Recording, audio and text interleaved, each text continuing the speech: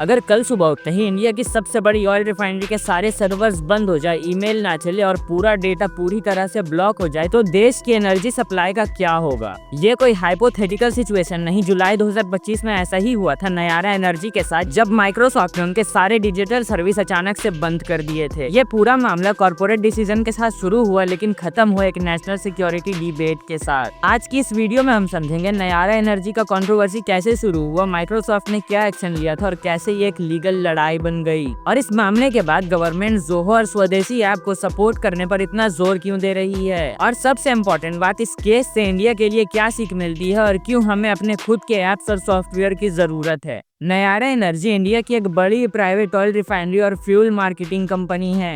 इसका हेडक्वार्टर मुंबई में और रिफाइनरी गुजरात के वादीनर में है। ये रिफाइनरी देश की second largest single site refinery है, जो इंडिया की ऑयल रिफाइनरी कैपेसिटी का लगभग 8% हैंडल करती है।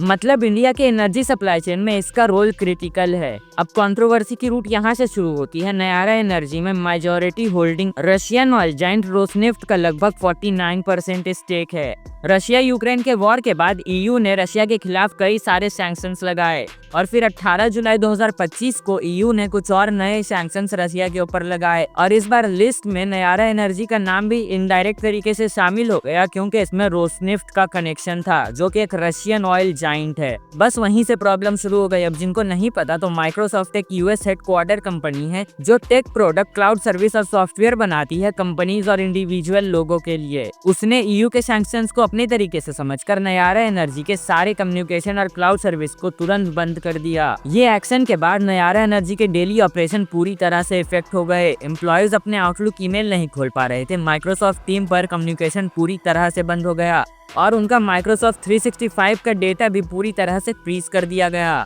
इस फैसले ने कंपनी के ऑपरेशंस को खतरे में डाल दिया और देश के लिए एक बड़ी कमजोरी पैदा कर दी। जैसे ही सर्विसेज बंद हुए, नयारा एनर्जी ने माइक्रोसॉफ्ट के इस कदम को एक तरफा फैसला बताया और अपने लिमिट से बाहर काम करना बताया। उसके बाद फिर Nayara energy Delhi high court चल गई, जहां उनका आर्गुमेंट था कि हम एक इंडियन कंपनी है और माइक्रोसॉफ्ट एक यूएस कंपनी है और ईयू के सैंक्शंस किसी भी तरह से इंडियन लॉ के ऊपर अप्लाई नहीं होते। तो माइक्रोसॉफ्ट का स्टेप इंडियन अथॉरिटी और कंट्रोल का इनडायरेक्ट वायलेशन था, क्योंकि बिना इंडियन कोर्ट और लॉ के ऑर्डर के उन्होंने एक इंडियन कंपनी के सारे डिजिटल ऑपरेशन बंद कर दिए थे। लीगल नोट किए बिना देश के क्रिटिकल इंफ्रास्ट्रक्चर को रिस्क में डाल देना, ये सिर्फ बिजनेस नहीं, नेशनल सिक्योरिटी का इशू था। फाइनली 30 जुलाई 2025 को कोर्ट में सुनवाई होने से पहले ही माइक्रोसॉफ्ट ने नयारा एनर्जी की सारी सर्विसेज रिस्टोर कर दी। माइक्रोसॉफ्ट ने अपने स्टेटमेंट में कहा कि वो इंडिया के अपने कस्टमर के लिए कमिटेड है और वो ईयू के साथ कंप्लेंट्स क्लियरिटी पर काम कर रहे हैं। जब सर्विसेज रिस्टोर हो गए तो नयारा की लीगल लड़ाई तो खत्म हो गई, लेकिन इस घटना ने भारत सरकार और देश के बड़े कॉर्पोरेशंस को हिला कर रख दिया। ये सिर्फ नयारा का नुकसान नहीं था, ये पूरे देश की डिजिटल कमजोरी थी जो सामने आ गई। इससे ये समझ में आता है कि किसी देश के सर्विस पर निर्भर रहना कितना रिस्की हो सकता है, और सबको समझ में आया कि इंडिया के खुद के टेक प्रोडक्ट, क्लाउड सर्विस और सॉफ्टवेयर रहना कितना जरूरी है। अब ऐसा नहीं है कि इंडिया में पहले ऐप या सॉफ्टवेयर बनाने की कोशिश नहीं की गई, कोशिश तो बहुत की गई, लेकिन सारे के सारे फेल हो गए। हाइक मैसेंजर ये एक समय इंडिया में काफी पॉपुलर मैसेजिंग ऐप था, लेकिन कंसिस्टेंसी, गवर्नमेंट या कॉर्पोरेट सपोर्ट ना मिलने की वजह से ये ग्लोबल जायंट जैसे व्हाट्सएप के सामने टिक नहीं पाया और फेल हो गया। फिर एक ऐप था कू ऐप, ये ट्विटर का अल्टरनेटिव था। शुरुआत में ये भी काफी चर्चा में रहा, लेकिन यूजर बेस और मोनेटाइजेशन के मामले में ट्विटर, जिसे आज एक्स कहा जाता है, उसके सामने टिक नहीं पाया।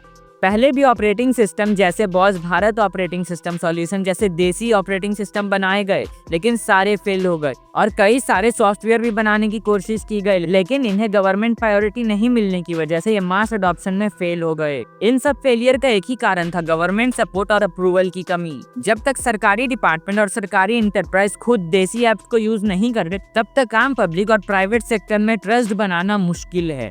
नयारा एनर्जी का मामला होने के बाद गवर्नमेंट और लोगों के सपोर्ट से ही जोहो आज ट्रेंड कर रहा है। जोहो एक इंडियन कंपनी है जो श्रीधर वेम्बू ने 1996 में बनाया था। इसका हेडक्वार्टर चेन्नई, तमिलनाडु में है और ये भी माइक्रोसॉफ्ट और गूगल की तरह टेक प्रोडक्ट और सॉफ्टवेयर बनाता है। अभी जोहो का अराटा मैसेजिंग ऐप व्हाट्सएप का अल्टरनेटिव के नाम से बहुत ट्रेंड कर रहा है, लेकिन जोहो का अराटा मैसेजिंग ऐप 2021 में लॉन्च हुआ था और लोगों का इंटरेक्शन उतना ना मिलने की वजह से ये एक तरीके से फ्लॉप कैटेगरी में था। जब माइक्रोसॉफ्ट ने अपनी सर्विसेज बंद की तो डिजिटल सिस्टम और डेटा पर अपना कंट्रोल की बहस ने ज़ोहो और अलाता मैसेजिंग ऐप को तुरंत नेशनल स्पॉटलाइट में ला दिया। इससे ये साफ समझ में आता है इंडिया के किसी भी चीज को ग्लोबल जायंट को टक्कर देने के लिए गवर्नमेंट और पब्लिक प्रायोरिटी और एक्टिव सपोर्ट देना कितना जरूरी है।